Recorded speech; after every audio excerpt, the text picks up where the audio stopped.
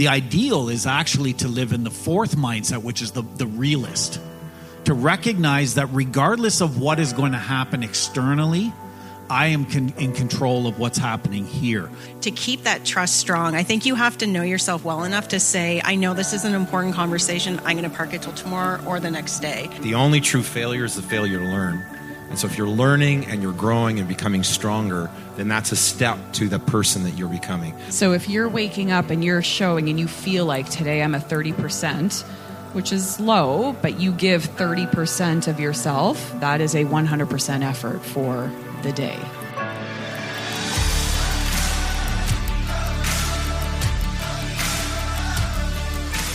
Ladies and gentlemen, please give it up for the Living Richly podcast.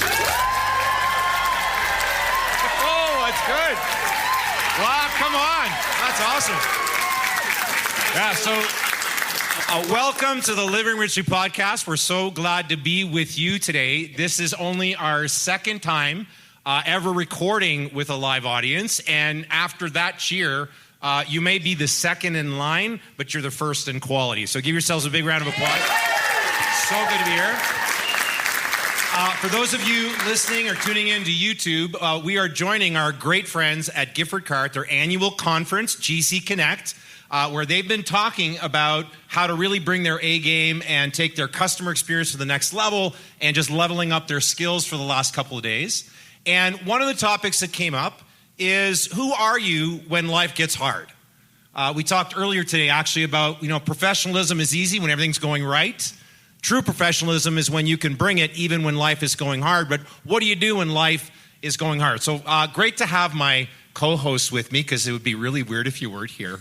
Thanks. So hi. Thanks. Hi. Hi. Hello. Hi. All right, for those who don't know, this is Kate. Hi, Kate. Hi, everyone. Wendy. And Rob. All right. Yeah, big welcome to them. And the first question I'm going to lob over to Wendy is, when life gets really hard for you, what is I should mention, by the way, sorry, we built this entire episode around your questions. Yeah. Many of you submitted questions about this topic, and they came in. So the entire show, we're kind of answering your questions. So thank you for that. You actually helped shape this entire conversation, so that's awesome. Wendy, when life is real tough, you're here today with 2 fractured ribs. Yes. We're going to try not to make you laugh too much. Please don't. How do you normally show up in those moments? Well, I think like a lot of people, I can look fine on the outside. Like I think I look fine right now. I don't feel fine, but I look fine. And I laugh with Rob about this because when life gets really hard, I tend to go into my drawer full of, not lingerie, but masks. No, that's something else. That's a different podcast. That's a different podcast. I have my altogether. productive mask. I have everything is fine mask. I have I don't give a shit about anything mask. So when life gets really hard, instead of sometimes facing it, I'm like, what mask am I going to wear today? And trying to navigate through that while still showing up authentically. Yeah, that can be tough. That can be tough. Anybody else relate to the whole mask thing? You've got your professional face you put on. Yeah, come on, who doesn't, right? What about you, Kate? I go into hyper over performance every time. I seem to take on even more than what's on my plate. So for me, I go in hard and I let go of any self-care. I'm not exercising. I'm not eating right. I'm probably not very nice to the people in my life. I double down on the busy, and I double down on wanting to do it super, super well. Yeah, I think, and I got so clear. I mean, overperformance for me is I've been doing that my whole life and working at dialing it down and bringing it into a space where it's more productive. But what I got really present to is I'm the same. When life gets really tough, I go into go mode, hero mode, put my cape on, and I'm going to solve the world's problems. Until I got real present that all that was anxiety wearing a different suit. I'm trying to control things as opposed to get present to what's really going on. Yeah, and it's funny that you'd say that about anxiety, because we've talked about it on the podcast many times, that when anxiety shows up or when these tough situations show up, we often have one of four responses, right? We either overperform, underperform, we get into conflict, we attack, we fight back, we fight or flight, we distance ourselves and pull away, or we project. You're pissed off because, Rick said something to you and you're mad at work, so you go home to your spouse and you tear into them and they're like, what the hell did I do? But it's because we're projecting all of that anxiety. So I think you're absolutely right. So often, I'm guilty of all four, by the way, of doing all of those things. I've learned as I've gotten older the power of slowing down. And there's an old military phrase, right? Slow is smooth, smooth is fast. Yeah. And this idea that when I am in anxiety or when hard things are going on and my tendency is, I've got to fix everything now. That's the best opportunity to slow down and to start to go, okay, I'm gonna move at a smoother pace so that I can continue to move forward. Yeah, I'm curious in the audience, how many here would say you really relate to the overperforming piece? Like when life shows up, you just go into go mode. Yeah. I'm curious, how many here isolate? You kind of pull back. Yeah, let me see the hands. Yeah. What about you guys? I know for me, I'm proud that I'm doing it a lot less than I used to. And I'm learning to ask for help. I'm like the consummate helper. I love to be in the giving position. I don't like to be in the receiving position because I feel like I'm being a burden to other people. I don't know if anybody can relate to that, but I'm learning to not isolate, learning not to pull back, but learning to ask for what I need. Do you guys struggle with that too? Yeah, but for me, isolation is like how I recoup. So maybe isolation is not the right word. So as an introvert, like a true introvert, how I recharge my battery is I need time alone. And I need time. It doesn't mean like, 36 hours in a row by myself, but I do need an hour or two by myself, whether it's taking a bath or it's going for a walk. And for me, that recharges me. So sometimes those moments alone can be recharging too. Yeah, for me, isolation is when I'm literally hiding from people, right? Yeah. As opposed to like recharging like you're describing. Well, so sometimes I'm still hiding. If I'm not answering my kids' texts, I can tell you that much. Well, listen, they don't answer. Mom. Yeah, right? How many have noticed that like when your kids text you, you've got all of 30 seconds to answer or you're the worst parent ever. But when you text them, if you even get a response, you're lucky. Like, are we the only ones here? No. Okay. No, you got it. Isolation for the two of you. Yeah, and my isolation actually falls under, I'll go to the extreme of being completely isolated, where I literally just want to be in bed and I just don't want to deal with anything, as well as the situational, like I'm a situational extrovert. I can do this, the work that I do, I'm in front of people all the time. But then when I'm done peopling, I need to be not peopling and like not even talking on the phone, just having that alone time. Yeah, you need some recharge time. Yeah, I think it's situational for me. I know, like, for example, of course, we own and run Rhapsody together. If we're in conflict, if there's something going on with us, I tend to underperform. And I also tend to ignore. But I can pull back and go, whatever, fuck you, Eric, do whatever you want. I'm just gonna, and I have that tendency again, and I've recognized it, and I think I do that less. Yes. Yes, Rob. You do that. Yeah. In my relationships, I will overperform. And then I'm trying to do everything to smooth things out and to keep things good. And if that doesn't work within a short period of time, boom, then I go to distance. Yeah, it's interesting. It's fascinating. The very things that we ought to be doing to take care of ourselves in those moments, we do the exact opposite. So instead of slow down, we ramp it up. Instead of connecting with the humans that recharge our batteries, we like isolate. You mentioned another great one, like self-care goes out the window. Does that a struggle for the two of you as well? That sometimes when life is hard, like your self-care shit just kind of gets ignored, or? Yeah, it 100% is. And I'm in that season right now where I was, and I think we've all been through it, where you're on a really great path of taking care of yourself and prioritizing yourself. And then something happens, a speed bump or a roadblock in your life. And then for me, sometimes I pull into the all or nothing. So using my injury right now is a great example. Rob's on such a great path right now with his routine, and I'm so happy for him and so proud of him. But there is a part of me that's like, why does this have to happen to me? And so my self-care, and I will go all or nothing, like give me the charcuterie board, give me the wine, give me all the things, because why not, right? Right. Yeah. And what about you? Yeah, I think that's probably true for most people. You fall into that tendency of when your self-care goes out the window just because you give up, and why bother, right? And we know that some of you that you've ever tried on a fitness routine or dieting or anything like that is you have one bad meal and you're like, oh, well, now I might as well just order 14 cheeseburgers because I screwed up, rather than just recognize it for what it is and continue on. So I think it's probably pretty normal. You have a tire saying around that. What's that saying? You need to say it. When you've got one flat tire, you don't say fuck it and slash the other 4. Right? Wendy's car, there's 5 tires. It actually had 5 tires, but that's okay. You're counting the spare. You're just counting the spare. Don't make her laugh. Right? You slash the other 4. I don't know what the hell you're driving, but okay. It's just you're even slashing the spare in the trunk. Here was a great audience question on when it feels like hardship is starting to take the driver's seat. How do I stay honest about what's hard without becoming consumed by it? So how do I get honest? How do I stay honest without being consumed by it? How would you guys answer that? I think Rob always talks about this, but like finding a way to name it. If you can name it, if you can name what's going on for you, oftentimes it kind of it tames it a little bit. You're like, oh, that's interesting. It's this. And then it doesn't sort of take over as easily.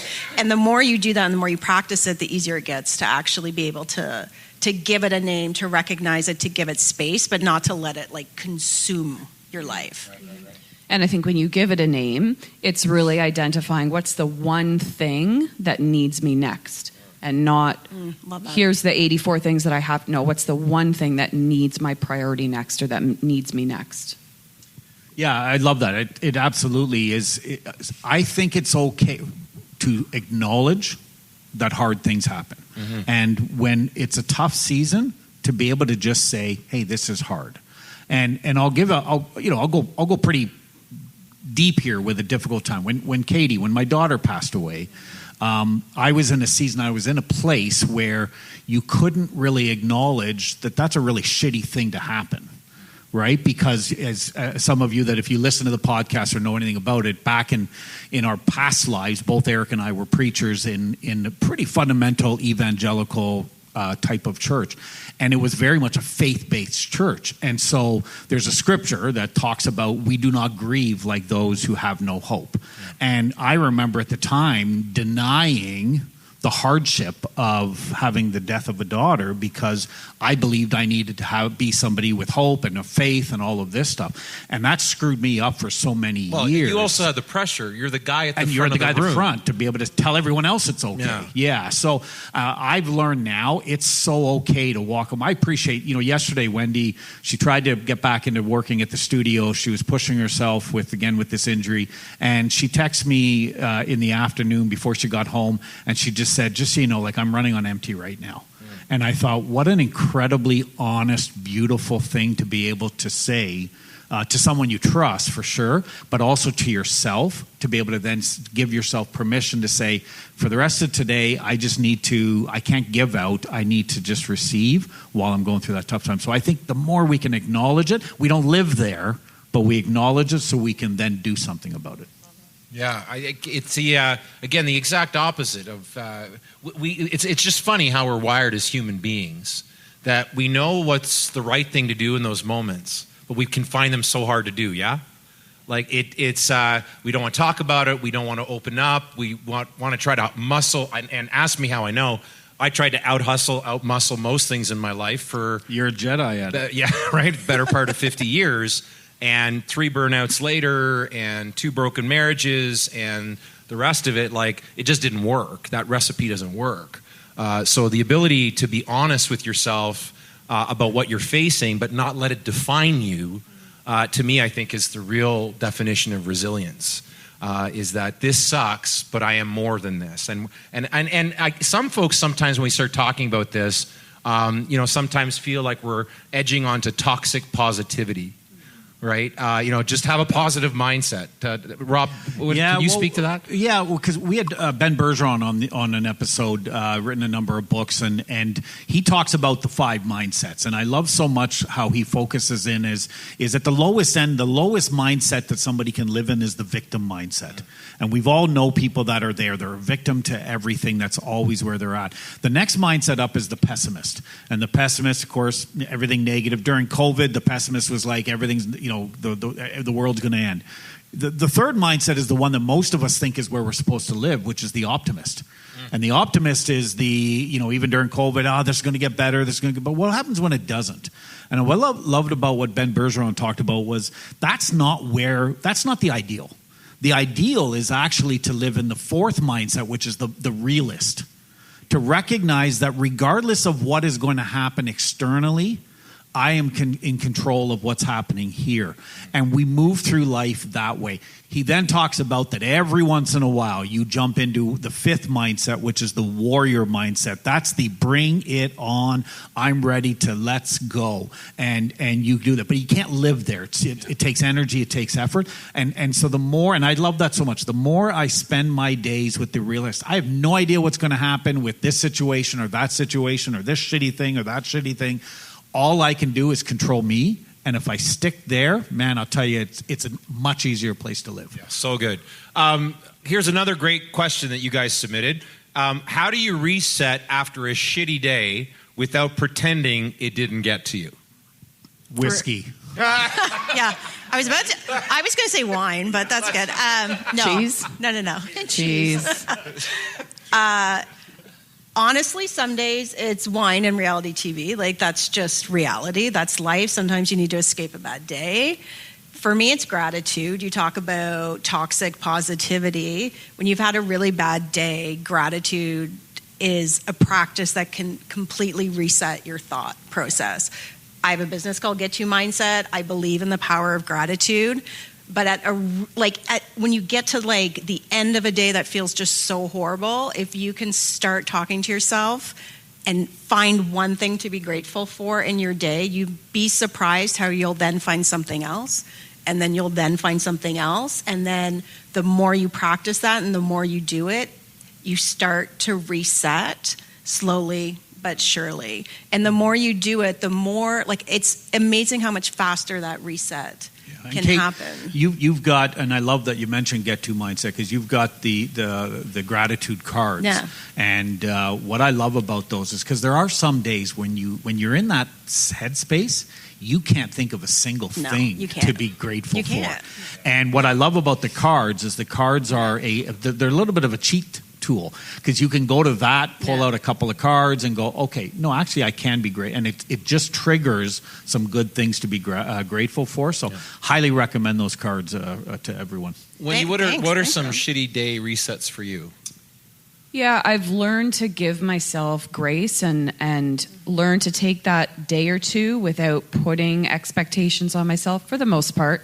Sometimes it doesn't always work that way, but to try not to let that bad day or whatever's happening that day into a week, because we've all kind of gone through that path of it's a week and now it's 2 weeks and then it's a month. And then so giving yourself I'm okay to feel like this today. Maybe I'll be okay to feel like this tomorrow, but then after that, it's okay, now I'm going to reset.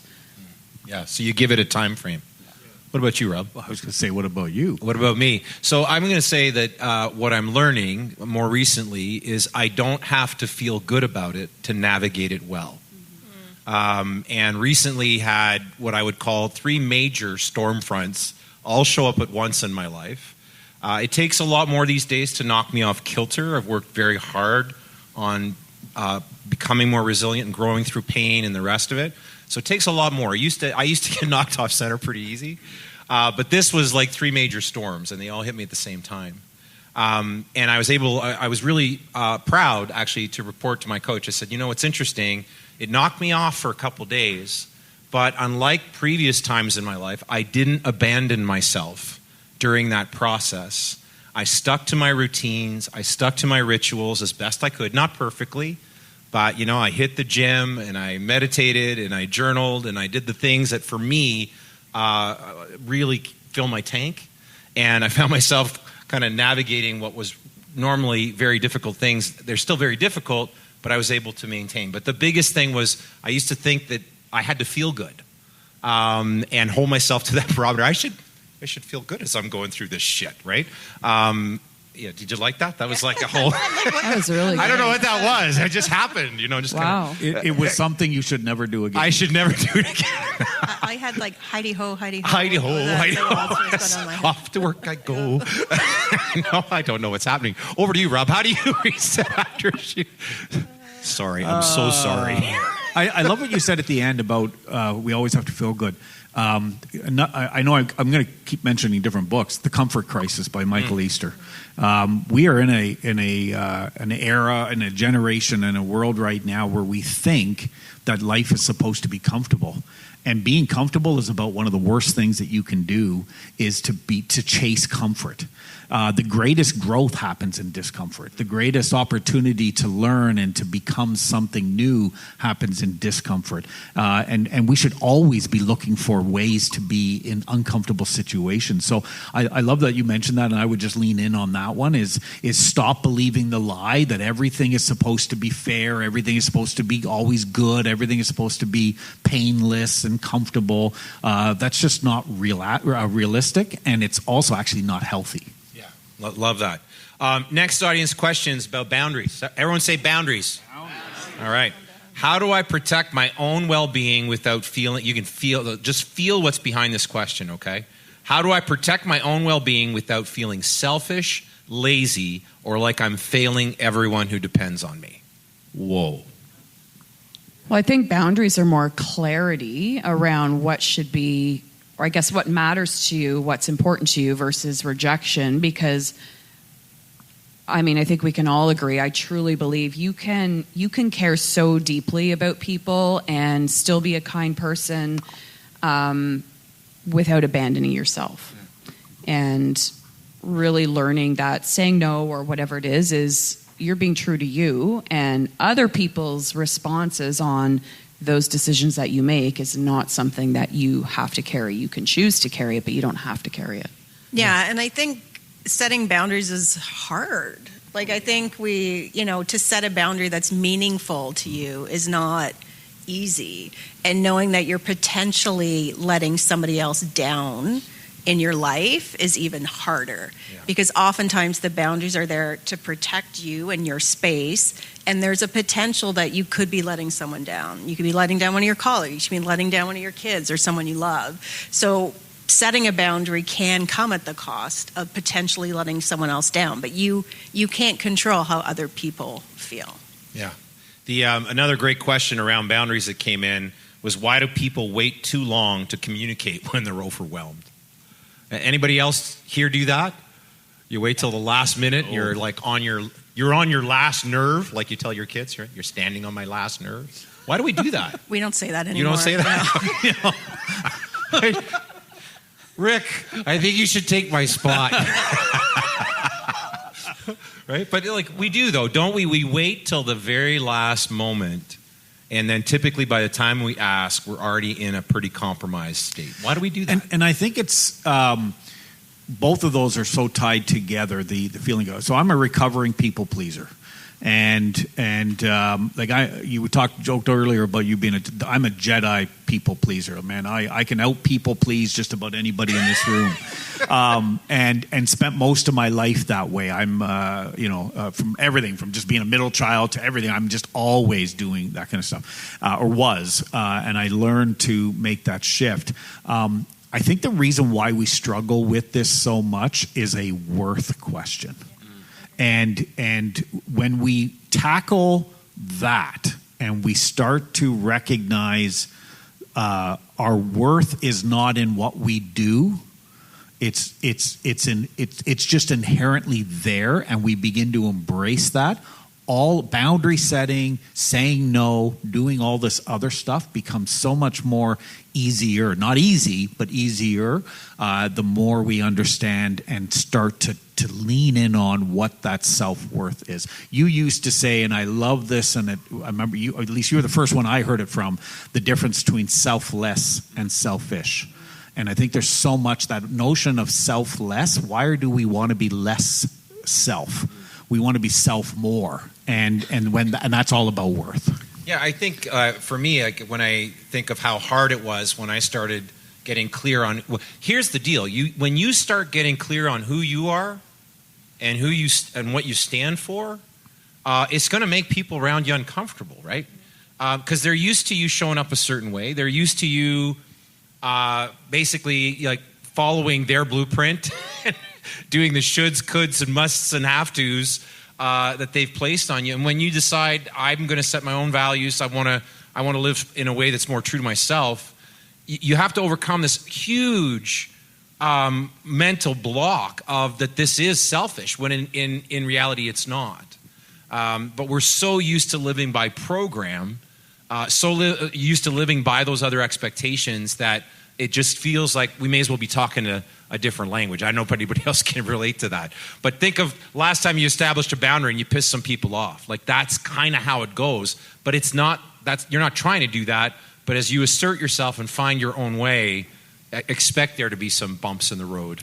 That's just part of growing up. Yeah, and I think too, I'm going to just bring it into a work setting, because we're at a work thing.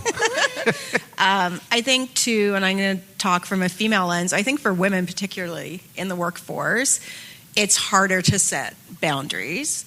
I think it's hard sometimes for women, just given historically we're doing great things. I'm not going down a path here. But I do think because women have had to work harder and speak louder to be taken seriously, I think it's hard for a lot of women to sometimes speak up or set a boundary for fear of not being taken seriously. They've worked really hard to get somewhere, and now if I say, here's my boundary, I'm leaving at 3 to go pick my kids up, their fear is at the end of the day, well, what is everyone else going to think around me? It gets harder to put up a boundary when you've worked so hard to get somewhere. So I think it's different a little bit in the workplace than at home, for sure. Yeah, I think so too. Another great audience question: how do I keep my standards high without becoming bitter, exhausted, resentful, or constantly disappointed by everyone around me?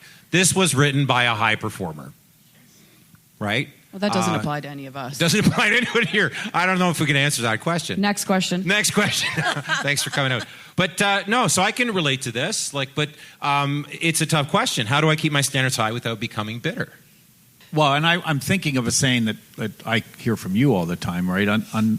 Frustration is unmet expectation. Yeah. And that often it's if we're, as a high achiever, if we're putting that on everyone else, again, in a way, that's a control issue. It is still a worth issue.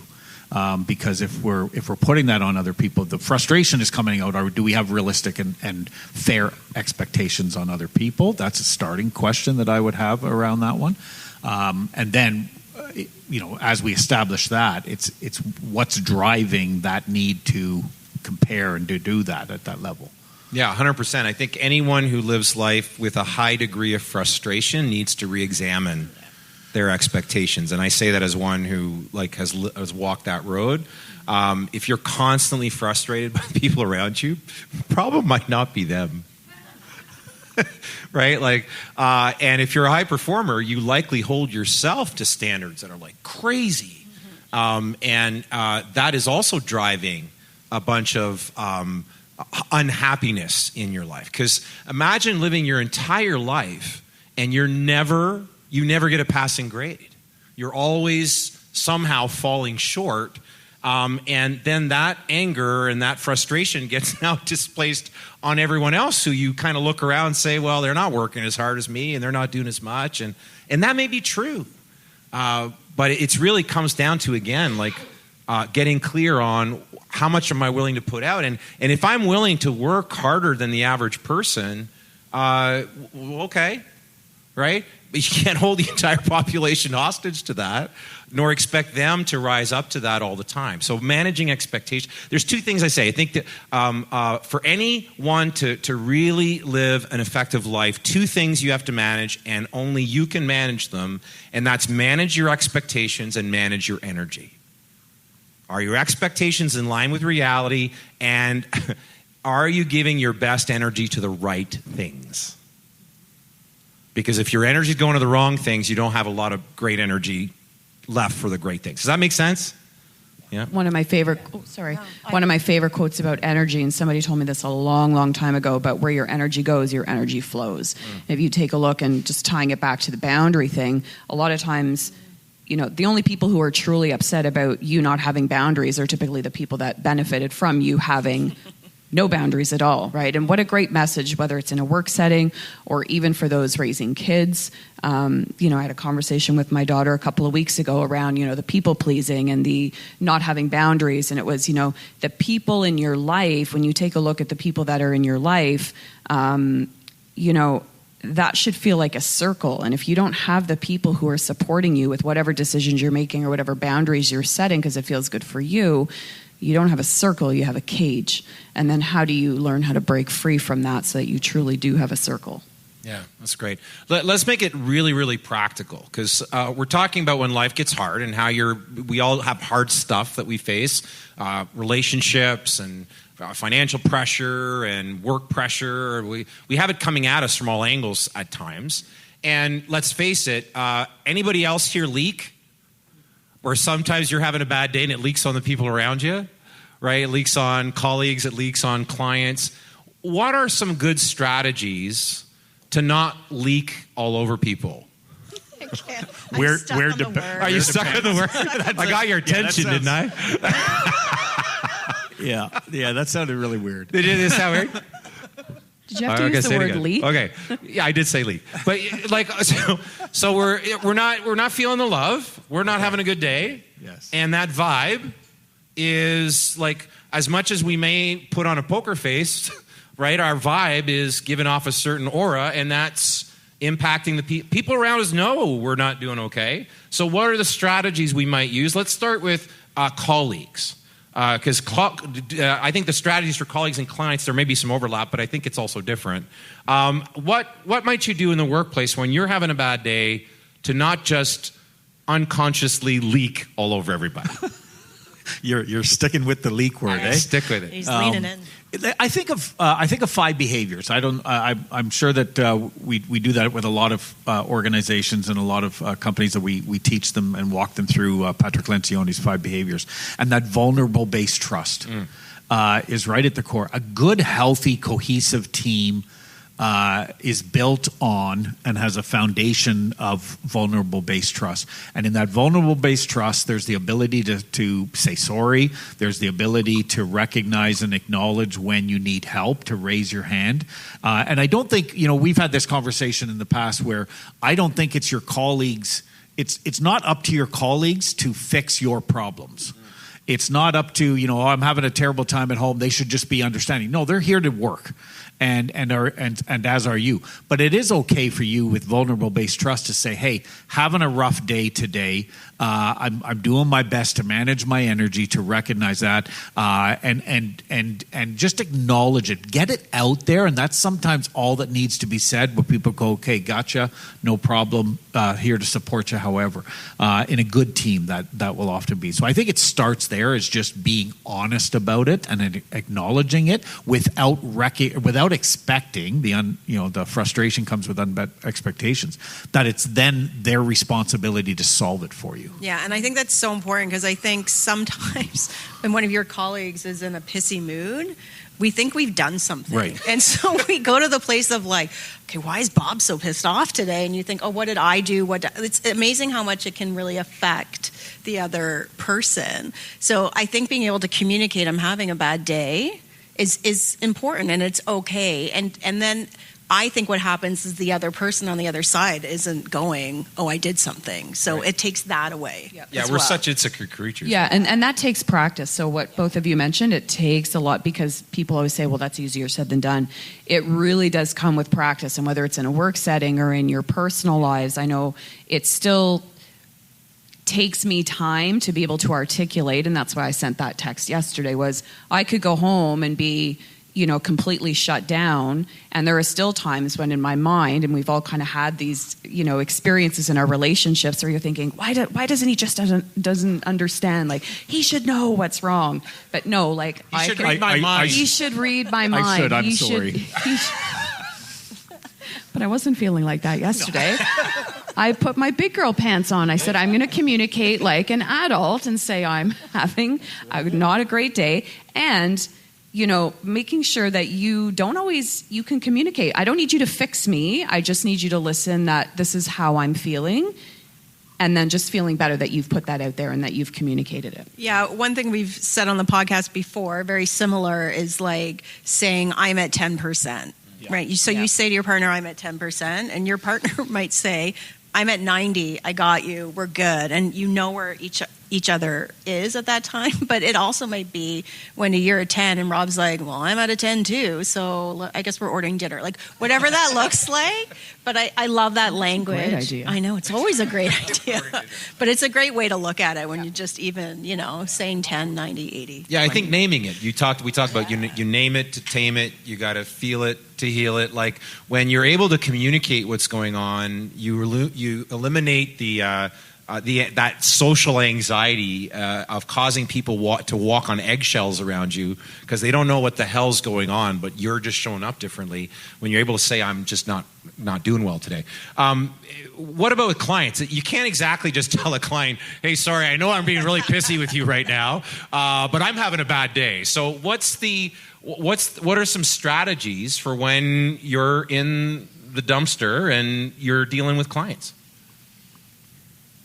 I deal with clients all day. You do. So I run a creative agency, and we're in the women's healthcare space. And so I'm talking with clients daily, and it's not always easy. If I'm in a really, really negative headspace and there's an important conversation I need to have with a client, I will postpone that conversation if I can't show up fully. Because if I'm not showing up fully, you guys know this, your clients know. They're going to know instantly if you're off your game. They're going to question why you're off your game. And that, in turn, starts to decrease on the trust meter. And so to keep that trust strong, I think you have to know yourself well enough to say, I know this is an important conversation. I'm going to park it till tomorrow or the next day. I think you have to be honest with yourself because your clients know exactly, like, they see right through you. And it's okay to have an off day. I think we all have those. But if you're having one, and then it's a second, and then it's a third, that potentially can do damage to that client relationship over time. The trust just decreases. Yes, and I think you also have to be careful. We had a colleague at Rhapsody who would show up at every team meeting and almost hijack the team meeting with all of the things that they were going through. Yeah. And I remember I had to have a conversation with them and basically say, hey, listen, this is not the place for that. I think when it's a one-off, when it's happening, if you're coming into work every day and every day you're off and you're like with vulnerable-based trust now telling your colleagues, hey, I'm off today, I'm really struggling today, or with clients you're constantly postponing meetings, because then I would say is you need to then go deeper and say, I need to work on, there's something here that I need therapy or something else. I know some days when I'm off with clients, I'll reschedule. But if I've rescheduled or done that, or I know that client, I can't reschedule, that is just not possible. I will do things. I'm fortunate we work mostly virtually, but I've got a standing desk, one that moves up and down. I'll make sure if that meeting I am struggling and I don't have a lot of energy, I'm standing for that meeting for one. I may be going and doing a few push-ups before the meeting just to get my blood flowing, and I'm going to have a quick bite to eat or something to just get. Even if I only have 10% energy, I want to try to get it to 12% so that I can show up in that moment. So I think there's sometimes we can pass that on to others. I think sometimes we just got to own our shit and recognize, yeah, it really sucks. And boy, it sucks that I'm having a bad day today. And I need to show up for my clients. And I need to show up for my colleagues and my team. Yeah. Right? Yeah. I think one of the most transformational things I learned and still learning to apply more and more is that I am my own primary caregiver. Yeah. And if I try to delegate that role to anybody else, and that doesn't mean I don't look to people to support me. Because remember when I first heard that statement, I thought, well, does that mean like I don't lean on people? It seems like it's going to encourage me to isolate again. And the person who explained it to me said, no, not at all. You still need to build your supports. You still need to have those people in your life you can go to, but you are responsible to reach out when you need help. You are the one responsible to make your needs known. No one else can do that for you. You're the one responsible to build those support systems in your life and to make sure they are maintained. We can't offload that to anybody else. And when we do, I think that's why we continue to live with undue pressure, unhappiness, unsettledness, is because we've never taken ownership of our own fucking life and said it's up to me to make sure that the things I need are in place. And if a friendship changes and a relationship shifts and all of a sudden that person is no longer, maybe we're not feeling the vibe that we can be open and honest with them, okay, then guess whose responsibility it is to go find a new place to have that conversation? It's on us. And I said this earlier, and I think I upset some folks in the crowd, but I said one of the trends that I have seen is since COVID is there is an unhealthy pressure put on organizations now to meet their people's needs outside of the work thing. And I think every healthy culture should be supportive and encouraging and have resources available to their people. But ultimately, it's not the company's job. It's not your friend's job. It's not your kid's job. It's not your spouse's job to take care of you. That's on you. And I'll just add, I think all of those are such amazing points. And if you choose to not be able to deal with your shit and all of that, it takes us so deep into that victim mindset. And we all have wounds in our life, personally, professionally. Everybody goes through life. And if we take a look at all of those wounds might not be our fault, but how we choose to heal from them and how we choose to take ownership and responsibility for them is 100% on us. Yeah, well, I couldn't agree more. A lot of questions came in about the issue of burnout. And this one here, the main one, how do I know when I'm not just tired, but actually burning out? What a great question. Thoughts?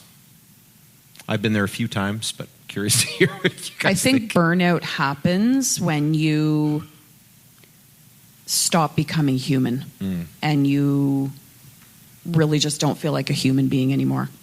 Yeah, and I think it's chronic. It's like you wake up feeling dark and it's all consuming. It's not kind of by 2 or 3 and you're feeling slumpy. It's a state, and it's this constant state that you can't get out of. Yeah, it's not just like I'm having a bad day. It's like I'm having a bad few months here. Yeah, it's extended over time. I wrote these words down around that question. It was tiredness needs rest, burnout needs change. Well said. And I kind of sitting on that right now because I really just thought of that as we were prepping for the show. And I really think there's something there, is that when you're in a place, a good question to ask to differentiate, am I just tired or am I burning out, is what do I need right now? And if what you need is sleep, go sleep, or eat. But if what you need is, if the answer's change, you're likely leading into burnout.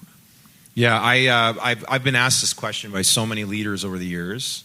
And usually, for the one who submitted the question, if you're asking the question, you might want to lean into that because it's probably too late. You're probably there. Most people that are asking that question, in my experience, and I'm not a doctor, I can't diagnose by any means. I'm not a professional on that front. I'm a one who's experienced it and tangoed with burnout far too many times, and I know what it feels like. I know what it looks like.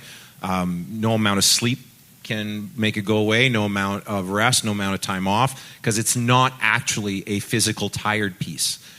You're not feeling that way because you're doing too much. It's because you're doing too many of the wrong things. Burnout is about misalignment. Misalignment. Your life is misaligned. Your work's misaligned. And so there's some things that need to be realigned if you're going to overcome it.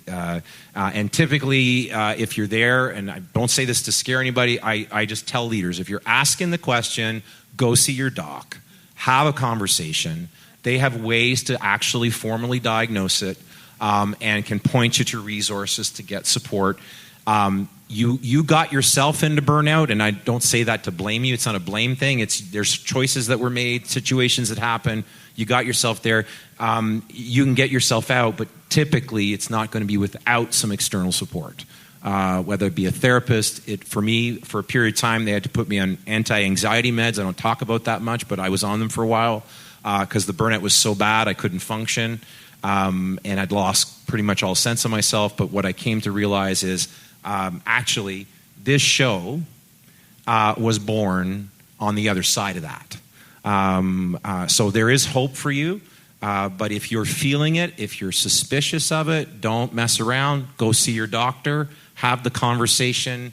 The resources are there to support you. But a big part of the work will be aligning your life, getting clear on who you are and what you stand for, because that's part of why you're feeling this way. But it's a lot more than feeling tired. Does that make sense?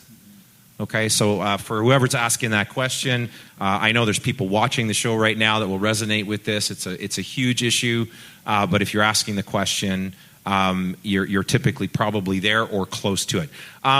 Let's talk about this. There's a lot of questions that came in as we kind of prepare to wrap up here, where sometimes a lot of questions around people feeling like sometimes it doesn't feel like there's a soft place to land. And so the question was, what do I do when every part of my life needs something from me and I don't feel like I have anywhere to catch my breath? Can anybody relate to that question? Yeah? Only two people? Liars. Right? So what do I do when every part of my life needs something from me? I don't feel like I have anywhere to catch my breath. What a powerful question. I remember years ago, a couple came to me. A guy called me up on a Sunday afternoon. He wanted to meet. Him and his wife were going through some difficult times and struggles. And he was like, we need to meet now. And I said, well, it's Sunday afternoon. Let's meet Monday. We can spend some time together. And he's like, no, you don't understand. I need to meet now. We have to fix this right now.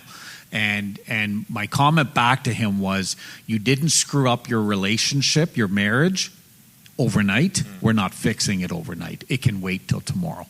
And I think that's a good piece of advice, that when everything is coming in and you're like, I'm struggling to breathe, that's the best time to breathe. To just that's the moment where you say, no, I'm not going to solve everything today. I'm going to breathe and I'm going to solve one thing. I'm going to look at this, I'm going to look at that, and I'm going to make this a journey back to health. It's not going to happen in an instant. Yeah. What does, for you ladies, what does real recovery look like? Like when you're in a hard place and life, it just continues to come at you. Wouldn't it be great if life just aligned to your needs? Right? I'm having a bad day, so all the needs go away.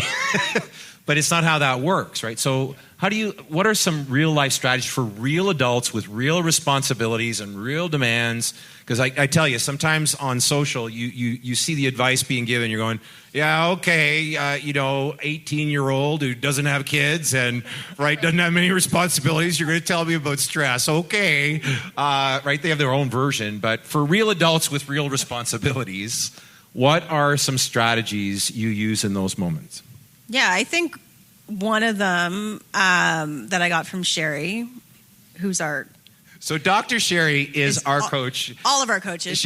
We know it's weird. She's a therapist, and we each meet with her. But it's fine. Not together. No, not together. That'd be weird.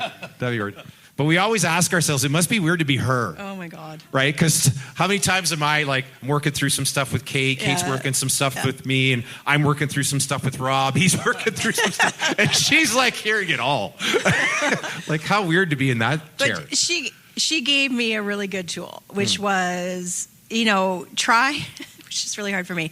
But she said, this week, I want you to try and do something just good enough. Because my plate is so full. She's like, what if you did one thing, you didn't overperform and you just did it good enough? And I heard it and I'm like, what do you mean? And she's like, well, what if you didn't fold the laundry? And I remember every morsel I bought, I'm like, leave it in the bin and it's going to get wrinkled and who's going to fold? I had a million thoughts. She's like, what if you just left the dishes on the counter at night? And I'm like, Sherry, that's insane. Like, who does that? And I could just feel the stress coming up. But what it helped me... I'm breaking out in a rash just hearing you say I can that. feel it right now.